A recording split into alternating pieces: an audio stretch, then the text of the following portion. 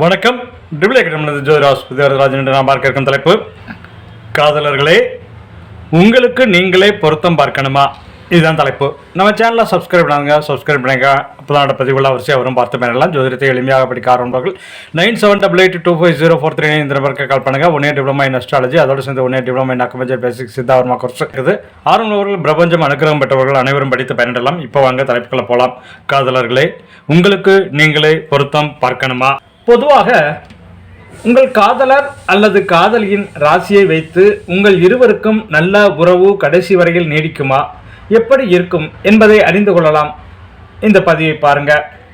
பொதுவாக மேஷம், சிம்மம், விருச்சிகம் இந்த 3 ராசிகளும் ஒன்றுக்கு ஒன்று வசியத்தன்மை வாய்ந்தது.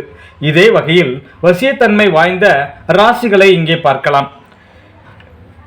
ஒன்றுக்கொன்று வசியத்தன்மை உள்ள ராசிகள் என்று பார்த்தோமேனால் மேஷம், சிம்மம், விருச்சிகம், ரிஷபம், கடகம், துலாம், மிதுனம், கன்னி, கடகம், விருச்சிகம், தனுசு, சிம்மம், மகரம், கன்னி, ரிஷபம், மீனம், துலாம், மகரம், விருச்சிகம், கடகம், கன்னி, தனுசு, மீனம், மகரம், கும்பம், மீனம், மகரம்.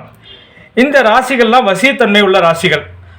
இந்த 3 பேரும், இந்த 3 பேர், இந்த 2 பேர், இந்த 3, இந்த 2, இந்த 3, இந்த 2, இந்த 3, இந்த 2, 2, 2 இந்த ராசிகளுக்குள்ள காதலன் காதலி இருந்தாங்கன்னா கடைசி வரைக்கும் வசியத்தன்மையோட நன்றாக இருப்பார்கள் என்பது வழக்கு. உங்களுடைய காதலன் காதலியுடைய ராசியை பொருத்தி பார்த்துக் கொள்ளுங்கள். இவை அனைத்துமே வசியத்தன்மை கொண்ட ராசிகள் தான்.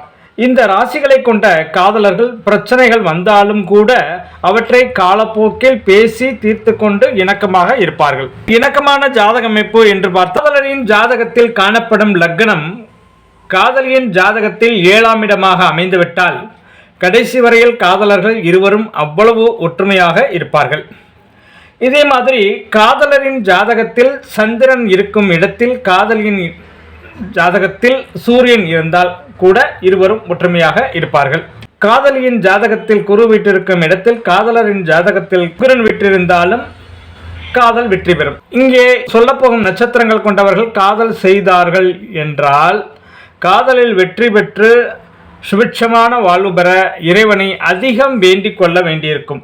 அந்த மாதிரி ராசிகள் யார் என்று பார்த்தால், அஸ்வினி கேட்டை, பரணி அனுஷம், கிருத்திகை விசாகம், திருவாதிரை திருவோணம், புனர்பூஷம் உத்ராடம், பூசம் பூராடம், ஆயிலியம் மூலம், மகம் ரேவதி, பூரம் உத்திரட்டாதி, உத்திரம் பூரட்டாதி, அஸ்தம் சதயம். இந்த 2 ராசிகள் காதலன் காதலி இருந்தார்கள். அவர்கள் இறை வழிபாடு முக்கியம்.